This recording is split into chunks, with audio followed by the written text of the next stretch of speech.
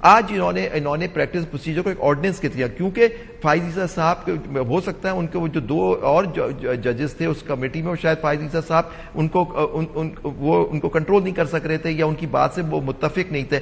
آپ نے خود کہا، کئی دفعہ کہا بیٹھ کے، اور اس کیس میں آپ دیکھ لیجیے میرا جو ان سے مکالمہ تھا اس وقت، آپ نے کہا میں اپنی چیف جسٹس کی پاور ختم کرنا چاہتا ہوں، میں خود اپنی بات. اس وقت میں نے کہا تھا کہ سر آپ ایک چیف جسٹس ہیں، آگے والے بھی چیف جسٹس ہیں، لیکن آپ پارلیمان کو اس طرح اختیار نہیں دے سکتے، تو آپ نہ کریں.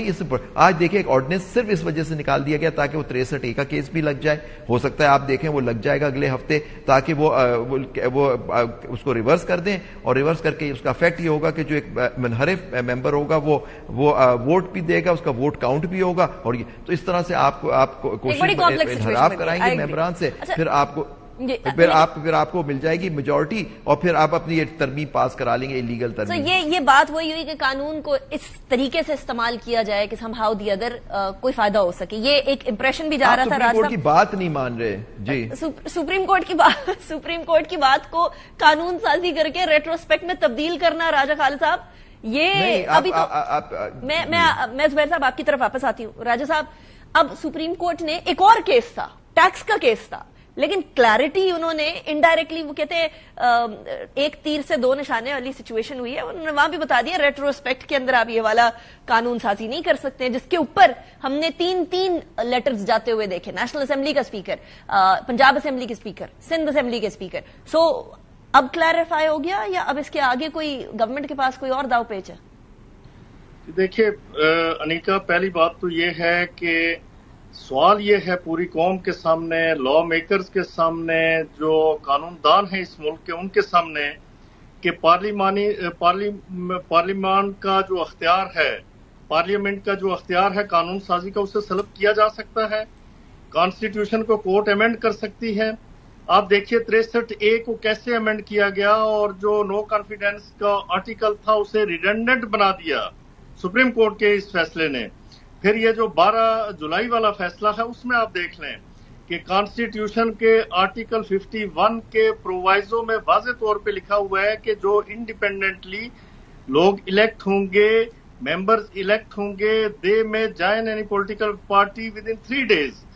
تو 3 دنوں کے اندر انہیں پولیٹیکل پارٹی کو جوائن کرنا ہے. آپ نے 15 دن کہاں سے دے دیے؟ جو یہ ججمنٹ تھی 12 جولائی والی، it was passed in derogation of the constitution of Pakistan. 11 ججز کو نہیں پتا ہوگا کہ قانون کے مطابق کیا ہونا ہے؟ نہیں، یہی میں عرض کرتا ہوں، میں آتا ہوں اس طرف. Including chief justice. ان ججز کو اگر پتا ہوتا نا، معذرت کے ساتھ، اس ملک کے اندر مولوی تمیز الدین کیس کا فیصلہ کیا انہوں نے، وہ اس وقت کے کانسٹیٹیوشن کے خلاف تھا، اس وقت کے لا کے خلاف تھا، اس وقت کا جو انصاف تھا، انصاف کے جو بنیادی اصول ہیں ان کے خلاف تھا. یہاں پہ 200 کیس کا فیصلہ اسی جوڈیشری نے کیا، اس میں بھی انہوں نے بالکل جورسپروڈنس تبدیل کر کے رکھ دی، اور کیلسن تھیوری انٹروڈیوس کروائی گئی ہنری کیلسن کی، جو بہت پہلے دفن ہو چکی تھی برطانیہ میں بھی. پھر آپ دیکھیں کہ اسی ملک کے اندر نصرت بھٹو کیس آیا، اسی ملک کے اندر ظفر علی شاہ کیس ہے. We have a long history. Raja صاحب آئی انڈرسٹینڈ، لیکن بس مجھے ایک بات بتا دیجیے گا، مجھے یہ بات بتا دیجیے گا کہ اب جو یہ فیصلہ آیا وہ کہہ رہا ہے کہ فوجداری معاملات کے اندر بھی جہاں سول حقوق کو ماضی سے لاگو کرنے پر پارلیمان اور صوبائی اسمبلی کا کوئی اختیار نہیں ہے. آرٹیکل 12 کے مطابق فوجداری معاملات کے اندر جو ہے وہ قوانین کا ماضی سے اطلاق نہیں ہو سکتا. صرف اور صرف فوجداری معاملے پر قانون آئین شکنی ہو رہی ہو تب پھر ماضی سے اطلاق ہو سکتا ہے. از دس کریکٹ؟ یہ اب یہ ہے کہ آپ نے وہ پہلے والے فیصلے کو جسٹیفائی کر رہے ہیں. کبھی کسی کیس میں کبھی کسی کیس میں سوال یہ پیدا ہوتا ہے اس کی ڈیٹیل ججمنٹ کیوں نہیں دیتے. اتنا عرصہ ہو گیا، 12 جولائی کو فیصلہ آیا تھا، 12 اکتوبر آنے کو ہے، آپ کی ڈیٹیل ججمنٹ کیوں نہیں آ سکی؟ تاکہ ساری اس معاملے کو، اس قیاس کو، اس کنفیوژن کو، اس تذبذب کو آپ کلیئر کر دیں.